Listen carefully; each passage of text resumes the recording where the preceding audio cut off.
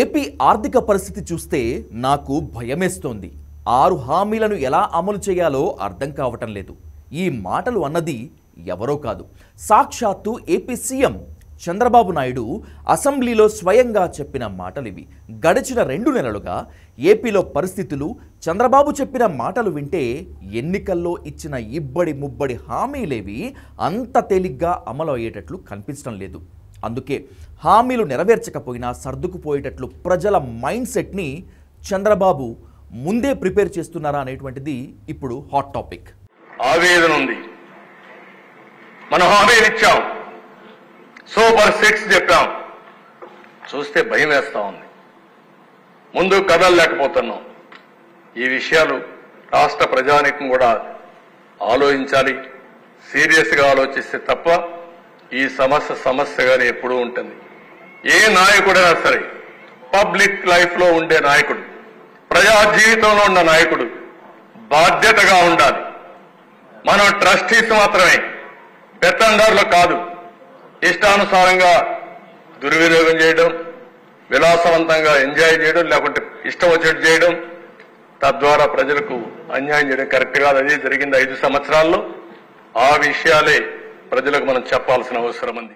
అసెంబ్లీలో చంద్రబాబు చెప్పిన ఈ మాటలే ఇప్పుడు జనంలో అనేక సందేహాలు రేపుతున్నాయి. రాష్ట్రంలో ఆర్థిక విధ్వంసం జరిగిందని, జగన్ అన్ని వ్యవస్థలను నాశనం చేశాడని, ఖజానాల రూపాయి లేదని, ఆస్తులని తాకట్టు పెట్టేశాడని, 6 హామీల అమలు ఎలా చేయాలో అర్థం కావటం లేదని జనం అర్థం చేసుకోవాలని ఇలా రకరకాలుగా చంద్రబాబు మాట్లాడుతున్నారు. ప్రచారం చేసింది మీరే. ఇన్ని చెప్పి మీరే జగన్ కంటే ఎక్కువ సంక్షేమ పథకాలు, స్కీములు ప్రకటించి ఇప్పుడు డబ్బులు లేవని అంటే ఎలా?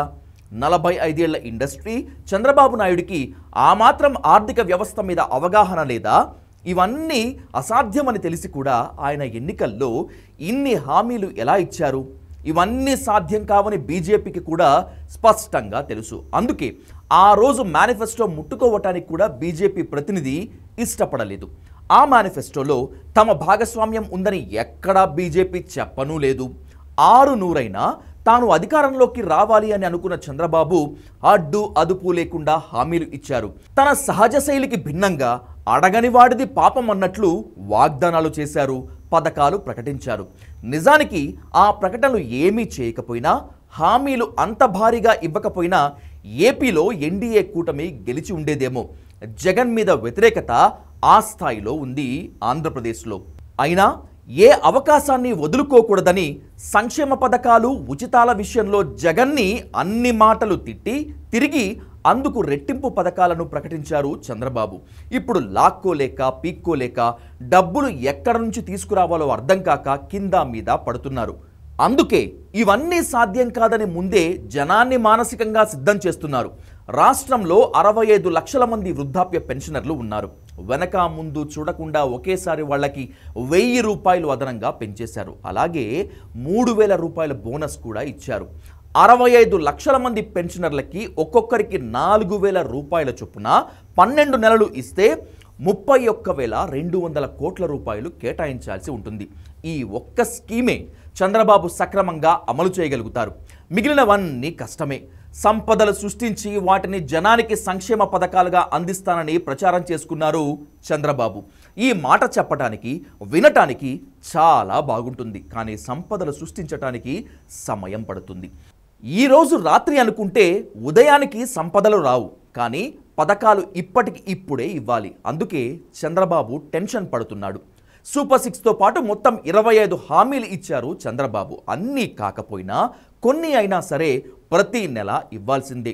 యువతకు 20 లక్షల ఉపాధి అవకాశాలు, ప్రతి నిరుద్యోగికి నెలకు 3000 రూపాయల నిరుద్యోగ భృతి ఇస్తానన్నారు. దీనికి 7000 కోట్ల రూపాయలు ఖర్చు అవుతుంది. స్కూలుకి వెళ్లే ప్రతి విద్యార్థికి ఏడాదికి 15,000 రూపాయలు ఇవ్వాలి.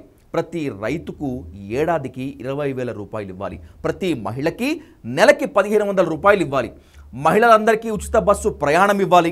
ఏడాదికి 3 ఉచిత గ్యాస్ సిలిండర్లు, అంటే 5 ఏళ్లలో 15 ఉచిత గ్యాస్ సిలిండర్లు ఇవ్వాలి. ఇవన్నీ ఊహించనంత భారం కాబోతున్నాయి రాష్ట్ర ప్రభుత్వానికి. 65 లక్షల మంది రైతులు ఉన్నారు ఆంధ్రప్రదేశ్లో. 20,000 ఒక్కొక్కరికి ఇచ్చినా ఏడాదికి 13,000 కోట్ల రూపాయలు ఖర్చవుతుంది. అలాగే నిరుద్యోగులు 20 లక్షల మంది ఉన్నారు. ఒక్కొక్కరికి 3,000 రూపాయల చొప్పున నిరుద్యోగ భృతి ఇచ్చినా ఏడాదికి 7,000 కోట్ల రూపాయలు అవుతుంది. ఏపీలో 80 లక్షల మంది స్కూల్కి వెళ్తున్న పిల్లలు ఉన్నారు. ఒక్కొక్కరికి 15,000 చొప్పున ఇస్తే ఏడాదికి 12,000 కోట్లు అవుతుంది. 65 లక్షల మంది వృద్ధ పెన్షనర్లకి నెలకు ఒక్కొక్కరికి 4,000 రూపాయల చొప్పున ఇస్తే 13,200 కోట్ల రూపాయలు అవుతుంది.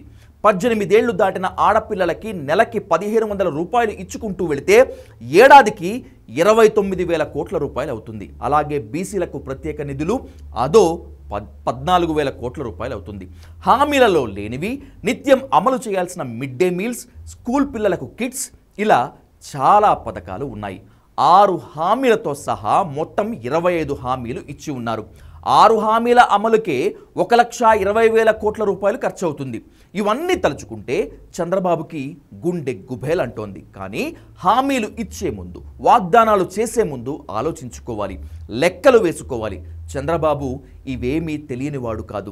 గెలవటం కోసం ఏదైనా మాట్లాడాలి, ఏదైనా చెయ్యాలి, చేసేయాలి అన్న తపనలో ఇష్టానుసారంగా హామీలు ఇచ్చేశాడు ఆయన. ఇప్పుడు జగన్ ఆర్థిక విధ్వంసం చేశాడు, చేతిలో రూపాయి లేదు, జనం ఆలోచించాలి అంటూ సన్నాయి నొక్కులు నొక్కితే మొదటి 6 నెలలు ఎవరు ఏమీ మాట్లాడకపోయినా తర్వాత మాత్రం నిలదీసి తీరతారు. నిజానికి చంద్రబాబు ఇచ్చిన హామీలు అన్నీ జనానికి పూర్తిగా అవసరం లేదు. ఆయన్నెవరూ అడగలేదు కూడా. అయినా సరే ఆవేశపడ్డారు ఆయన. మరి వీటన్నింటినీ పరిష్కరించి ఇచ్చిన హామీలను నెరవేరుస్తారా, లేక ఎప్పటిలాగే మాటలతో మాయ చేస్తారా అనేటువంటిది వేచి చూడాల్సిందే.